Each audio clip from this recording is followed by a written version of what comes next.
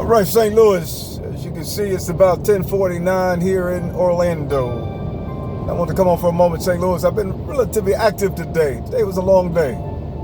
But more importantly, we made the best of it and took care of business. You know what, St. Louis, growing up in Carr Square Village, playing in Carr Square in the playpen and hanging out with all my good friends, young and old, and having so many different relationships.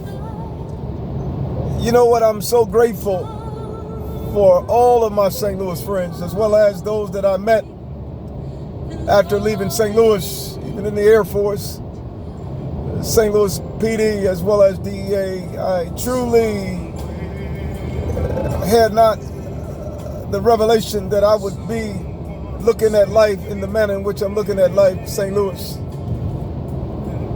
But I truly believe that I'm beginning to understand things that I never knew that I would one day understand.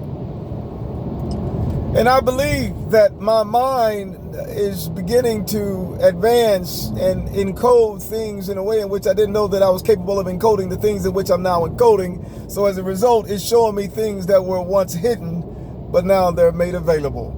We all have to reach a level of awareness to where we can literally see things as they truly are, and we don't have to create a distorted view based upon us trying to measure the position and the velocity of an object. And as a result of being able to measure it, you literally are using what they call, I think they call it a quantum.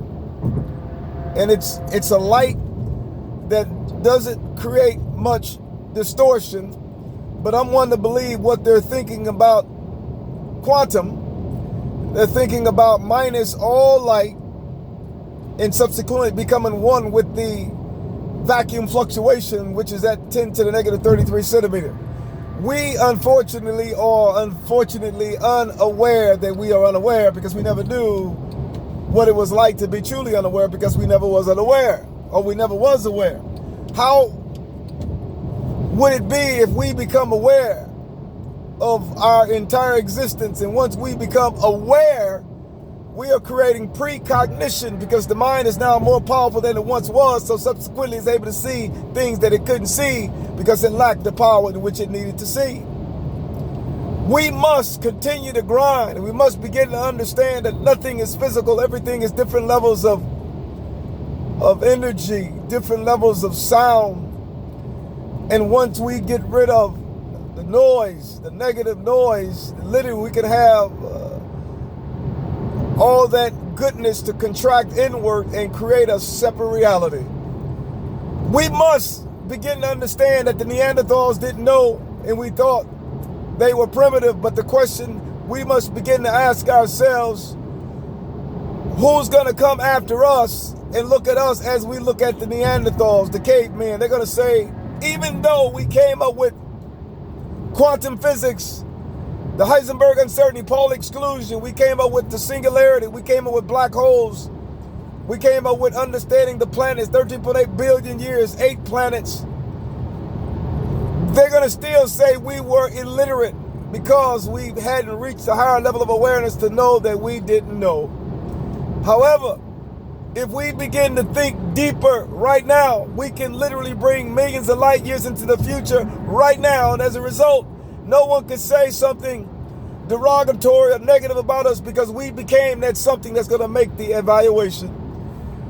I'm going to leave you with this. St. Louis, Chi-Town in the house, Tanya, New York, the Bahamas, Oregon, Florida, Alabama, Georgia. I'm going to leave you with this. This is our season to reach a higher level of intelligence. And as we reach that higher level of intelligence, we will be able to see things that we never thought we were capable of seeing. Shout out to my grandbaby Noah. Shout out to Winton. I love you, son. Oh, I love you so much. Shout out to Catherine. We got this thing. Shout out to Zion, my grandbaby now, Gabe, Danielle, and Walter. God bless. Have a good night. We're sleeping underneath the same big sky.